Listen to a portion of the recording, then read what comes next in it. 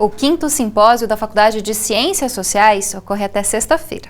O tema dessa edição é Democracia e Direitos Humanos, Crises e Conquistas. O evento está sendo realizado no campus Samambaia da Universidade Federal de Goiás. E logo mais, no Cine UFG, tem a palestra Globalização, Desigualdades e Opressões, com a professora da Universidade Federal de Uberlândia, Lara Celes, e também com o professor da Universidade Federal da Grande Dourados, Matheus Hernandes, e são eles que estão aqui conosco no estúdio. Obrigada pela presença de vocês. Bom, um tema que parece bem relevante para esse momento. Queria que vocês fizessem essa relação. A globalização, ela gera essas desigualdades, ela gera as opressões? Vou começar com você, Matheus. Então, boa noite, obrigado aí pelo convite. É um grande prazer participar aqui do evento na UFG. De fato, a globalização ela é um fenômeno bastante contraditório e que, por um lado, ela pode gerar oportunidades e gerar novidades, mas, por outro, sem dúvida, ela também acaba desencadeando desigualdades, assimetrias e, por consequência, reforça opressões, né? Então, acho que um pouco essa dualidade, essa tensão, é isso que a gente vai abordar um pouco na mesa, né? De olhar esse fenômeno, que na verdade é plural, né? Por variados ângulos. Então, acho que isso é o intuito da mesa, né? Professora? Boa noite. Boa noite.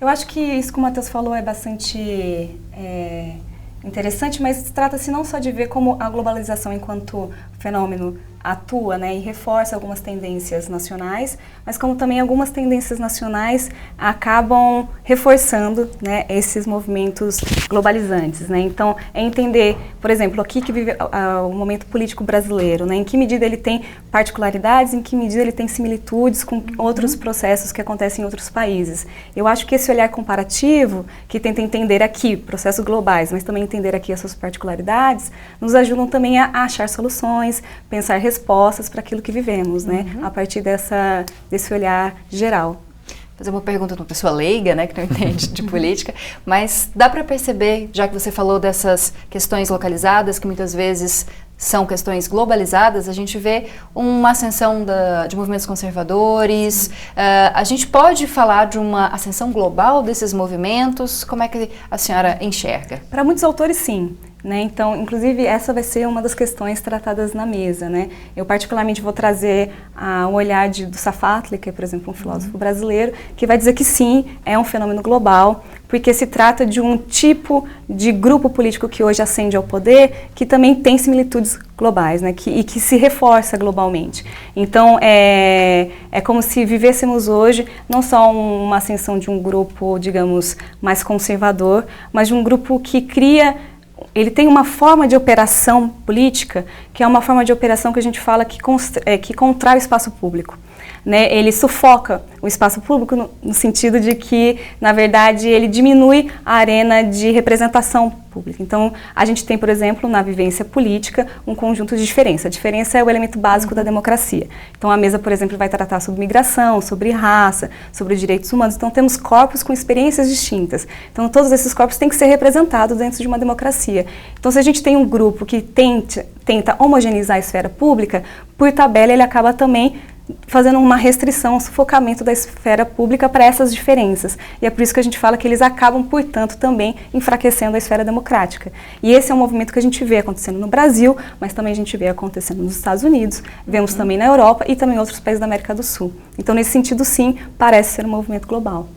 Matheus, dá para apontar alguma motivação para a ascendência desses movimentos e também consequências futuras para a paz, para as políticas, para a política internacional, para as relações internacionais? Eu acho que em relação às motivações, é uma pergunta complexa, né? E alguns autores, né, vão dizer que tem a ver com o fato de a gente ter tido alguns avanços, muito no sentido do que a Lara falou, dos diferentes, né, terem cada vez mais representação nas suas conquistas históricas, e isso de alguma maneira gera um ressentimento, uma espécie de um ressentimento e de uma idealização de um passado, de um retorno a um passado, né? Então acho que isso é o elemento motivador dessa ascensão recente. As consequências podem ser bastante graves desse cenário que a gente está vivendo, né? Porque a gente vive um momento em que democracias estão sendo de alguma maneira corroídas pelo próprio regime democrático. Né? Isso é uma vivência não apenas do Brasil, mas dos Estados Unidos, da Hungria, da Polônia, das Filipinas, né? Reiterando a fala da Lara, nesse sentido global. E aí, com o acirramento desse tipo de lógica, o nacionalismo volta à tona, com isso as possibilidades de conflito também voltam. E a gente está vendo isso, né, nos noticiários, no cenário global, né? Bom, daria para fazer um debate, na verdade, nenhuma entrevista com vocês, mas queria agradecer a presença, agradecer os esclarecimentos e desejar um bom evento para vocês. A gente agradece e convida a todos os que estiverem por aqui, de repente puderem fazer parte do evento, serão muito bem-vindos. A partir de que horas? A partir das 19 horas. 19 horas. 19, então acabando na verdade, aqui. Agora. Ainda pega o debate, de repente. Né? Então, se você estiver aqui pelo Campus Samambaia, aqui no Cine UFG, daqui a pouquinho ainda dá tempo de pegar os dois que eles ainda estão aqui. Muito obrigada pela presença, bom evento. Obrigado. Obrigada, boa noite.